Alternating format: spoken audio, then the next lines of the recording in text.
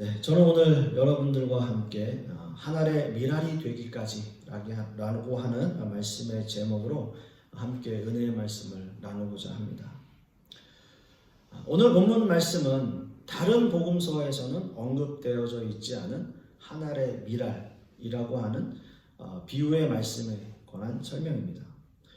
이 말씀은 헬라인 몇 사람에 의해서 시작이 되어지는데요.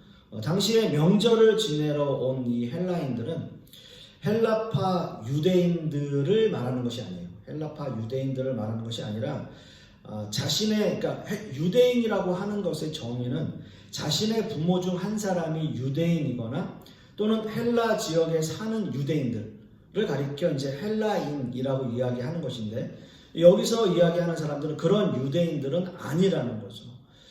순수한 이방인들을 말하고 있어요. 여기서 이야기하는 헬라인들은 순수한 이방인들을 말하는 겁니다. 즉 혈통적으로 유대인과 관계가 없는 유대교로 개종한 이방인들이라고 말하고 있는 거죠. 우리 같은 사람들이죠. 우리는 유대인들과 피가 전혀 섞이지 않았잖아요. 그죠? 우리 같은 사람들은 이방인 기독교인이라고 이야기하는 거죠. 물론 유대교로 개종한 이방인들이 이때만 있었던 것은 아니에요. 유대인들이 이제 출애굽할 당시에, 그러니까 이스라엘 민족들이 애굽에서 나올 때, 그때 벌써 이방인들이 유대인들과 함께 애굽을 나왔다라고 하는 말씀이 있습니다.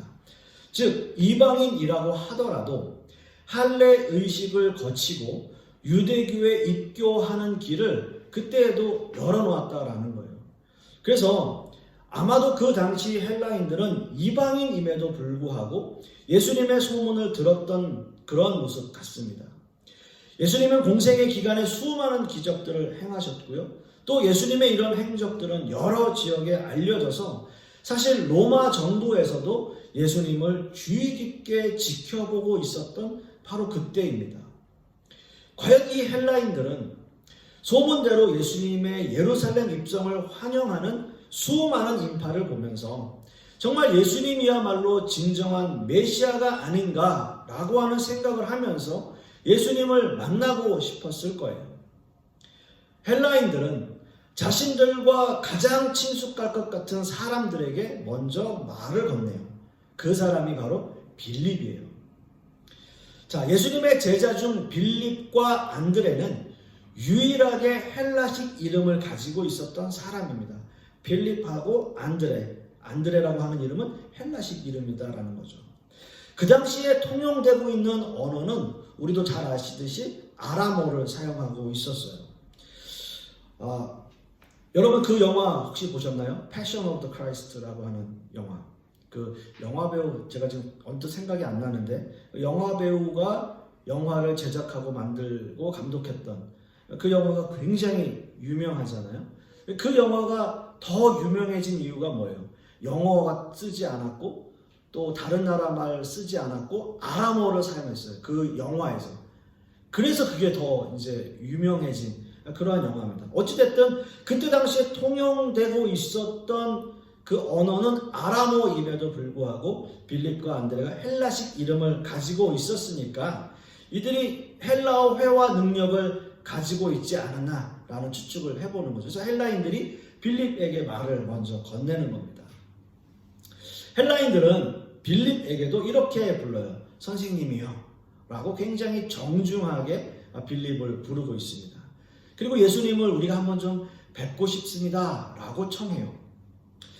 자, 사도 요한은 이들이 무엇 때문에 예수님을 찾아왔는지 명확하게 밝히고 있지는 않지만 예수님이 하신 말씀을 토대로 추측해 보건대 자신들의 영생에 대한 문제에 대해서 예수님께 가르침을 얻고자 또 예수님의 가르침을 듣고 싶어서 예수님을 만나고 싶었던 것이 아닌가 생각해 봅니다. 자, 요한복음 3장에도 보면 바리새인 중에 한 사람이었던 니고데모라고 하는 사람이 예수님을 찾아와서 영생에 관해서 예수님께 질문한 적도 있었어요. 그게 가장 궁금했던 거예요. 과연 내가 어떻게 될 것인가? 내 사후에는 어떻게 될 것인가? 그것이 가장 여쭙고 싶었던 겁니다. 예수님의 예루살렘 입성과 함께 등장한 이 헬라인들, 과연 사도 요한은 다른 복음서에는 전혀 언급하고 있지 않은 이 말씀을 무엇 때문에 이곳에 기록하고 있냐라고 하는 거예요. 자, 요한 사도는 다른 복음서에는 있지 않은 내용들을, 여러 내용들을 복음서에 기록하고 있는데 충분히 본인의 의도가 있었던 내용들이었죠. 우리가 예전에 한번 말씀을 나누었던 죽은 나사로 같은 이야기도 사실 다른 복음서에는 없는 내용들이에요. 그렇지만 굉장히 중요한 내용 중에 하나죠. 어떤 내용입니까? 부활에 관한 내용을 이야기할 때는 없어서는 안 될, 빠져서는 안 될 복음서의 내용 중에 하나라고 하는 거예요. 그러한 어떤 의도를 가지고 사도 요한은 복음서를 기록하고 있습니다. 자, 이들이 헬라인, 즉 이방인이라는 특수성 때문에 이 말씀을 기록한 것일까요? 그렇지는 않은 것 같아요. 조금 아까 제가 언급해 드린 것처럼 구약 시대에도 유대교로 개종한 이방인들이 존재하고 있었고, 어찌됐든 그들이 같은 유대인들 안에서 동화돼서 살아갔던 그런 기록들이 충분히 있기 때문입니다.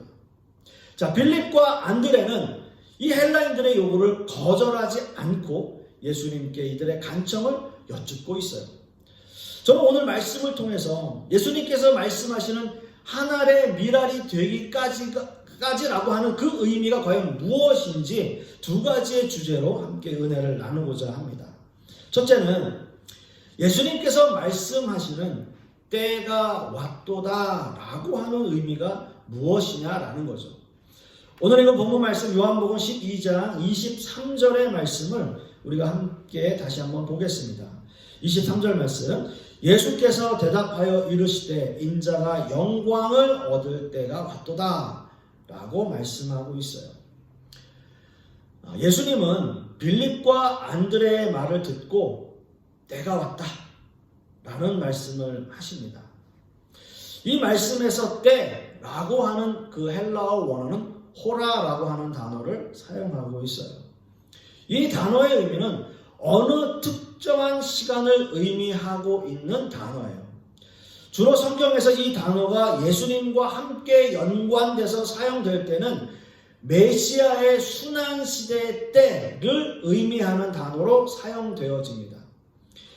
예수님은 가나안 혼인잔치에서도 이 때를 언급하신 적이 있는데요. 혼인잔치에서 포도주가 떨어졌을 때 예수님의 어머니인 마리아가 예수님께 포도주가 떨어졌습니다 라고 말씀을 할 때 예수님께서는 이렇게 말씀하셔요. 내 때가 아직 이르지 아니하였나이다 라는 말씀을 하셨어요. 그 시대에도 내 때라는 그 단어를 사용합니다. 이 말씀 속에서 이 때의 의미는 예수님의 순환을 예고하며 또한 아직 예수님이 메시아이심을 공공연하게 드러내지 않는 시기라고 하는 것을 의미하는 거예요.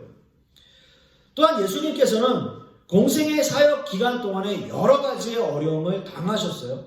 바리새인들 역시 예수님을 잡으려고 노력했지만 번번이 예수님을 잡지 못하고 놓쳤던 일들이 있었습니다.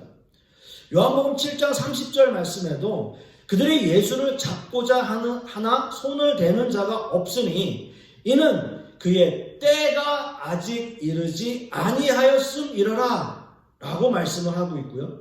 요한복음 8장 20절 말씀에도 이 말씀은 성전에서 가르치실 때의 헌금함 앞에서 하셨으나 잡는 사람이 없으니 이는 그의 때가 아직 이르지 아니하였음이러라 라고 말씀하고 있습니다. 여기에서도 이 때라고 하는 이 단어도 호라라고 하는 본문을 사용하고 있어요. 그런 문장을 사용하고 있어요. 여기서 이 때라고 하는 것은 예수님의 때가 아직 이르지 아니하였다라고 하는 거예요. 이 때는 바로 예수님의 십자가 순환을 말씀하고 있는 그 때를 가리켜요. 자, 예수님은 3년의 공생의 기간 동안에 하나님께서 맡겨주신 사명을 충실하게 이행하고 행하고 계셨습니다. 이렇게 하나님께서 맡겨주신 사역을 끝까지 마치기 전까지는 예수님께서는 어느 누구에게도 잡히시거나 죽임을 당하실 수 없었어요.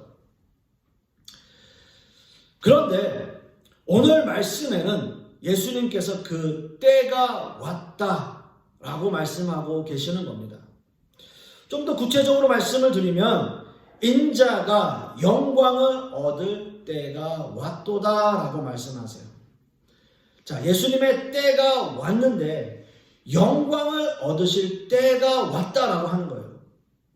자, 그렇다면 예수님께서 영광을 얻으실 그 때가 왔다는 말씀에서 과연 이 영광이라고 하는 것은 무슨 의미가 있느냐라고 하는 거죠. 요한복음 12장 16절 말씀에 보시면 제자들이 처음에 이 일을 깨닫지 못하였다가 예수님께서 영광을 얻으신 후에야 이것이 예수께 대하여 기록된 것임과 사람들이 예수께 이같이 한 것임이 생각났더라 라고 하는 말씀이 있습니다. 이 말씀에서도 영광이라는 단어를 사용하고 있어요. 영광의 의미, 즉 예수님의 죽으심을 말씀하고 있는 단어인 거죠. 바로 예수님의 십자가 순환을 말씀하고 있어요. 자, 그런데 우리가 이렇게 이야기하니까 좀 궁금한 점이 생각이 들어요. 궁금한 점이 있어요. 왜 예수님의 십자가 순환 사건이 영광이라고 하는 단어와 뜻을 같이 하고 있는가라는 거예요. 예수님의 죽으심과 영광이라고 하는 것이 왜 같은 의미로 사용되고 있냐라는 거죠.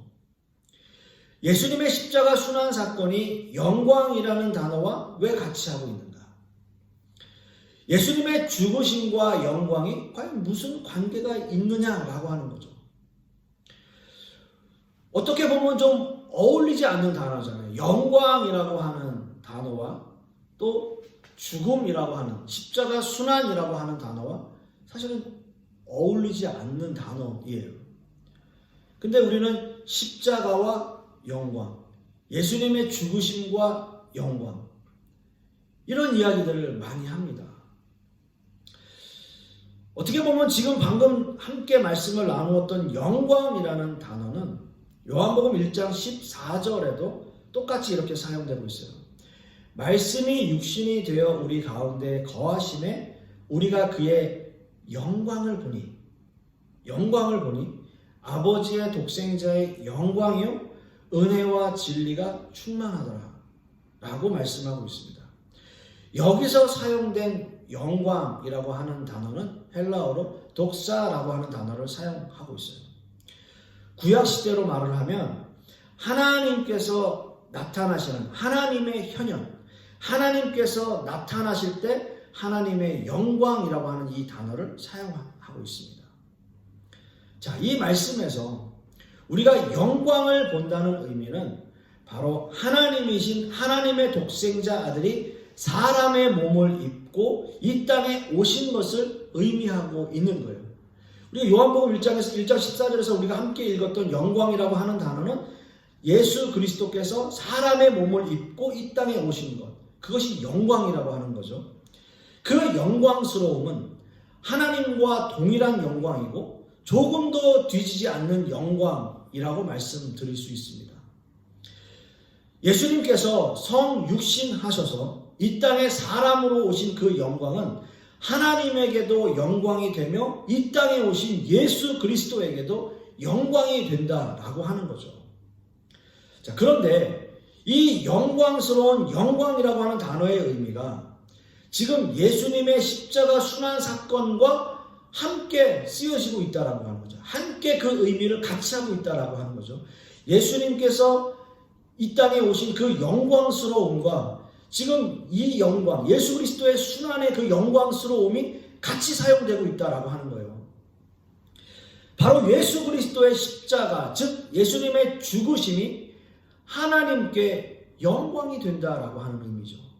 예수 그리스도가 이 땅에 오신 그 성육신이 하나님께 영광이 되신다면 예수 그리스도의 그 십자가의 죽으심도 하나님께 영광이 된다라고 하는 의미로 같이 쓰여졌다라고 하는 거예요. 자, 예수님은 자신의 목숨을 인간들을 대신해서 하나님께 드리며 모든 인류의 죄를 사하시고 하나님을 믿는 백성들로 하여금 하나님께 영광을 올려드리게 하셨습니다.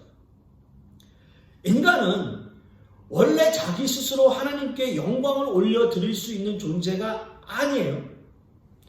그러나 그 범죄함으로 말미암아 하나님께 영광을 돌릴 수 없는 존재가 되어버렸지만 하나님께서는 예수 그리스도를 통해서 하나님께 영광을 올려드리는 존재로 다시 만들어 주셨어요.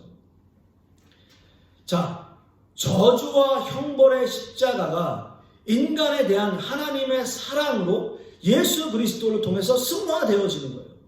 그래서 그 십자가는 영광이 되는 거예요.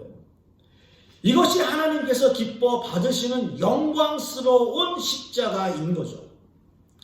예수님은 이 영광의 때를 위해서 이 땅에 오셨습니다. 그 영광의 십자가를 위해서 자신의 목숨을 버리시기까지 이 땅에서 십자가를 지시기 위해서 노력하고 계시는 거예요. 예수 그리스도의 사역이에요.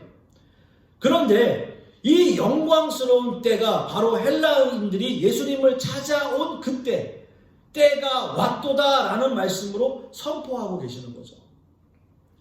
사도 요한은 예수님의 십자가 순환이 결코 유대인들만을 위한 죽음이 아님을 선포하고 싶었던 거예요. 예수 그리스도의 십자가 죽음이 유대인들만을 위한 것이 아니고 또 기독교로 개종한 유대인들만을 위한 것도 아니고 또 제자들만을 위한 것도 아니고 예수님을 따라다니는 많은 무리들만을 위한 것이 아니다. 우리와 혈통적으로 어떤 것으로도 연관되어져 있지 않은 저 이방인들까지도 다 포함하는 구원이다 라고 하는 것을 사도 요한은 선포하고 싶었던 거죠. 그래서 전혀 피가 섞이지 않은 유대인들이 아님에도 불구하고 완전히 이방인들이 찾아와서 예수님께 그 영생에 대한 문제를 여쭙고 싶었을 때 예수님께서 때가 왔다 라고 말씀을 하시는 거예요. 이방인들이 예수님을 찾아왔고 이제 예수님은 십자가의 사건을 통해서 유대인들 뿐만이 아니라 모든 인류를 구원하시기 위한 사역이 이제 시작되어짐을 말씀하고 선포하고 있는 때를 의미하는 거죠. 그것이 하나님께 영광이에요. 창세기 17장 5절 말씀을 보시면 이제 후로는 내 이름을 아브람이라 하지 아니하고 아브라함이라고 하리니 이는 내가 너를 여러 민족의 아버지가 되게 함이니라 라고 말씀하고 있습니다. 하나님께서는 아브라함의 이름을 아브라함으로 바꾸시면서 여러 민족의 아버지로 선포하고 계셨습니다. 즉 혈통적인 이스라엘만을 위한 부르심이 아니라 영적인 이스라엘을 부르고 계심을 본문의 말씀을 통해서 이야기하고 있는 거죠. 예수님의 십자가 순환이 하나님께도 영광이 되고 예수 그리스도와 또 모든 믿는 사람들에게도 영광이 되어지는 이유가 바로 이 이유 때문이에요. 예수님께서 말씀하시는 이 때의 의미는 바로 십자가의 영광을 의미하는 거죠. 십자가의 영광을 위해서 자신의 목숨을 버리시기까지 그 버리실 때가 되었다고 하는 것을 오늘 말씀을 통해서 이야기하고 있는 겁니다. 하나님을 믿는 모든 백성들을 위한 화목제물이 되셨다라고 하는 거죠. 그리고 예수 그리스도께서는 자발적으로 하나님 앞에 순종하심으로 이 모든 사역들을 이루어 가고 계시는 거예요.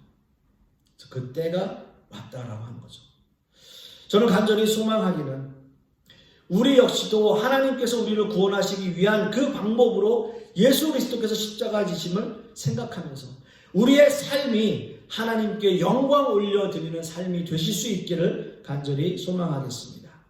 두 번째는요, 예수님께서 말씀하시는 이 하늘의 미랄이 된다라고 하는 의미가 무엇이냐라고 하는 거예요. 오늘 우리가 읽은 본문 요한복음 12장 24절의 말씀을 우리가 한번 보시겠습니다. 24절 말씀. 내가 진실로 진실로 너희에게 이르노니 한 알의 밀이 땅에 떨어져 죽지 아니하면 한 알 그대로 있고 죽으면 많은 열매를 맺느니라 라고 말씀하고 있습니다. 자, 예수님을 찾아온 헬라인들과 제자들에게 예수님께서는 때가 왔다 라는 말씀을 하시면서 한 알의 미랄에 대해서 설명을 하고 계십니다. 하나의 미랄이 땅에 심기우면 그래서 그 모습을 보면 죽으면 죽는다고 표현하시고 죽어야지만 많은 열매를 맺는다라고 말씀을 하시는 거죠. 예수님께서는 공생의 기간 동안에 자신의 죽음에 대해서 여러 번 말씀을 하셨습니다. 단지 제자들이 예수님의 말씀을 이해하지 못하고 깨닫지 못했을 뿐이에요. 요한복음 10장의 말씀을 보면 선한 목자의 비유에서도 이렇게 말씀하세요. 요한복음 10장에서만 해도 예수님은 양들을 위해서 목숨을 버리신다 라고 하는 말씀을 3번에 걸쳐서 말씀하셨어요. 11절 말씀에 나는 선한 목자라 선한 목자는 양들을 위하여 목숨을 버리거니와 라고 말씀하고 있었고요. 15절 말씀에도 아버지께서 나를 아시고 내가 아버지를 아는 것 같이 나는 양을 위하여 목숨을 버리노라 라고 말씀하셨고, 또 17절 말씀에도 더 구체적으로 말씀을 하시는데요. 내가 내 목숨을 버리는 것은 그것을 내가 다시 얻기 위함이니 이로 말미암아 아버지께서 나를 사랑하시느니라 라고 말씀을 하세요. 이렇게 목숨을 버리시는 이유를 여러 번 말씀을 하셨어요. 내가 너희를 위해서 목숨을 버린다 라고 하는 거예요. 예수님께서 비유로 말씀하시는 이 미랄은 아주 단단한 껍질에 쌓여서 그 생명이 그 안에 존재하고 있어요. 그 껍질은 깨어지지 않으며 생명의 씨는 껍질 안에 갇혀서 자신의 힘으로는 도저히 나올 수 없는 거예요. 이 씨앗이 열매를 맺을 수 있는 유일한 방법은 땅에 심겨지는 거예요. 땅에 심겨지는 것. 그것은 곧 죽는 것을 의미하는 겁니다. 그 미랄이 땅에 심겨져 껍질을 잃어버리게 되면 그 안에 생명이 살아나서 그 땅 속에서 세상 밖으로 나오게 되는 거죠. 어두운 땅을 뚫고 새싹이 솟아나고 열매를 맺게 되는 거예요. 이것은 완전한 죽음을 의미하고 있는 겁니다.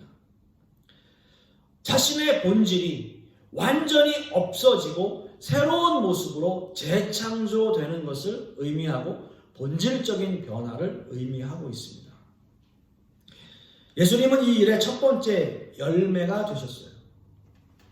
고린도전서 15장 20절 말씀을 보시면 그러나 이제 그리스도께서 죽은 자 가운데서 다시 살아나사 잠자는 자들의 첫 열매가 되셨느니라 라고 말씀하고 있습니다. 예수님께서는 죽음의 권세를 물리치시고 3일 만에 다시 살아나신 첫 열매가 되신 거예요. 3일 만에 살아나셨어요. 즉 아담의 범죄로 말미암아 죽을 수밖에 없는 모든 인류의 죄를 담당하시고 십자가에 죽으셨다가 살아나심으로 부활의 첫 열매가 되셨다는 의미입니다. 고린도전서 15장 22절 말씀에 보시면 아담 안에서 모든 사람이 죽은 것 같이 그리스도 안에서 모든 사람이 삶을 얻으리라 라고 말씀하고 있는 거죠. 예수 그리스도로 말미암아 모든 사람이 새로운 생명을 얻게 되었습니다. 자, 여기서 중요한 것은 예수님이 첫 번째 열매라고 하는 의미예요. 첫 번째 열매. 예수님께서 순서상 처음이라는 의미는 유일한 열매가 아니라는 거예요. 즉 하나밖에 없는 열매가 아니라 순서상 처음이기에 계속해서 두 번째, 세 번째 열매들이 맺혀지고 있다라고 하는 의미를 가지고 있습니다. 과연 우리는 몇 번째 열매가 될까요? 예수님이 이렇게 많은 열매를 맺기 위해서 목숨을 마다하지 않으셨고요. 예수님께서는 자발적으로 십자가를 지시고 죽으시기 위해서 이 땅에 오셨습니다. 그리고 지금 수없이 많은 열매들이 맺혀지고 있어요. 바로 지금 저와 여러분들이 예수님을 믿고 따르고 있는 이 모습처럼 예수님이 맺으신 그 첫 번째 열매 다음으로 수없이 많은 열매들이 계속 생겨나고 있는 거죠. 그리고 예수님께서는 이렇게 맺힌 열매들이 세상을 향해서 어떻게 살아야 하는지 말씀하십니다. 요한복음 12장 25절 말씀에 자기의 생명을 사랑하는 자는 잃어버릴 것이요 이 세상에서 자기의 생명을 미워하는 자는 영생하도록 보존하리라 라고 말씀하고 있습니다. 이것은 기독교인들이 세상을 살아가는 원리예요. 예수님이 우리를 위해서 처음으로 자신의 생명을 희생하신 것처럼 우리 역시도 이 세상을 살아가는 방법이 바로 희생과 봉사와 겸손에 있다라고 하는 거죠. 며칠 전에 함께 일하고 있는 목사님이 이런 말씀을 저한테 하시더라고요. 그 TV에 뉴스에서 그 교회 성구가 적혀 있는 교회 앞에 달걀을 던졌다. 이런 말씀을 하시더라고요. 교회를 다니지 않는 사람들도, 예수님을 믿지 않는 사람들도 그런 성구에 뭔가를 던지는 사람들이 없다라는 거예요. 웬만하면 교회 성구에다가 막 뭔가를 던지고 이러는 사람들은, 왜냐면 이제 자기도 찜찜하잖아요. 예수님을 믿지는 않지만 왠지 그런 성구에 뭔가를 자기가 뭔 해를 가한다는 것이 왠지 자기가 찜찜하기 때문에 웬만한 그런 마음이 아니면 던지지 않는다는 거예요. 근데 그 던지는 모습이 뉴스에 나오고 그렇게 할 정도면 과연 기독교가 또는 기독교인들이 지금 세상에서 어떻게 비춰지고 있느냐라고 하는 생각을 다시 하게 만든다는 거죠. 예수님께서 우리에게 말씀하신 것, 예수님께서 우리에게 요구하시는 것은 희생과 봉사와 겸손이었어요. 그 한 알이 땅에 떨어져 죽는 거예요. 예수 그리스도께서 이 땅에서 죽으시고 부활하시고 승천하신 것처럼 그 열매, 첫 번째 열매가 되신 것처럼 우리도 그 순서상의 열매처럼 우리도 세상 가운데 그런 모습으로 보여져야 된다라고 하는 거죠. 자기의 생명을 사랑한다는 의미에는 자기의 힘으로 자신의 생명을 구원한다라는 의미를 가지고 있어요. 내가 사는 거, 내 힘으로 내가 사는 거예요. 내가 내 생명 유지하고 내가 살고 싶은 대로 사는 것은 자기의 생명을 사랑하는 거예요. 어느 누가 그렇게 산다 하더라도 자기의 생명을 어느 누가 구원할 수 있겠습니까? 자기 마음대로 산다고 해서, 자기 힘대로 산다고 해서 자기의 생명을 구할 수 있습니까? 그런 사람은 없습니다. 자신의 생명을 사랑하는 사람은 결국 자신의 생명을 구원하지 못하고 영원히 멸망받을 수밖에 없는 거예요. 그러나 그 미랄이 딱딱한 그 껍질에 쌓여서 땅속에 깊이 묻히는 그 상황에, 내가 죽어지는 상황 속에 간다면 그 안에서 새로운 생명이 살아나게 되는 거죠. 기독교의 신앙의 아주 중요한 법칙 중에 하나는 반드시 자신이 죽어야 한다라고 하는 거예요. 그래서 우리는 거듭난다라고 이야기해요. Born again. 우리가 다시 태어나는 거예요. Born again 되는 거예요. 다시 태어나는 거예요. 다시 태어난다는 말은 뭐예요? 반드시 죽는다는 거죠. 죽어야 한다는 거죠. 갈라디아서 2장 20절 말씀 여러분들 너무나 잘 아시는 말씀이죠. 내가 그리스도와 함께 십자가에 못 박혔나니 그런즉 이제는 내가 사는 것이 아니고 오직 내 안에 그리스도께서 사시는 것이다. 이제 내가 육체 가운데 사는 것은 나를 사랑하사 나를 위해서 자기 목숨을 버리신 하나님의 아들을 믿는 믿음 안에서 사는 것이다 라고 말씀하고 있습니다. 그렇습니다. 하나님의 자녀인 우리는 이미 예수님의 십자가와 함께 죽은 사람들이에요. 그리고 다시 살아난 born again 된 사람들이에요. 그러나 우리는 아직 현실의 삶을 살아가고 있고요. 또 썩어질 육체를 아직은 가지고 있습니다. 그렇기 때문에 날마다 우리의 육체의 성품을 죽이고 또 주님의 성품을 닮아가기 위해서 노력해야 하는 성화의 과정을 거쳐가고 있어요. 그래서 바울은 이렇게 고백하죠. 형제들아, 내가 그리스도 예수 우리 주 안에서 가진 바 너희에 대한 나의 자랑을 두고 단언하노니 나는 날마다 죽노라 라고 말씀을 해요. 이런 고백을 합니다. 바울 사도는 부활의 소망을 바라보면서 날마다 자신을 낮추고 자아를 죽이는 모습으로 살아갔습니다. 바울 사도는 자기 자신을 내려놓고 내 자아를 죽이는 것이 사는 길임을 깨달았던 거죠. 사랑하는 성도 여러분, 예수님께서 말씀하신 이 한 알의 미랄의 삶, 그 하나의 미랄이 되기까지 우리는 어떤 모습으로 살아야 하는지, 그리고 지금 이 시대 가운데서 하나의 미랄의 모습으로 사는 것이 어떤 모습인지 다시 한번 생각하는 저와 여러분 되실 수 있기를 소망합니다. 이번 한 주간도 하나의 미랄이 되는 그러한 삶을 사시는 저와 여러분 되실 수 있기를 간절히 소망하겠습니다. 기도하겠습니다.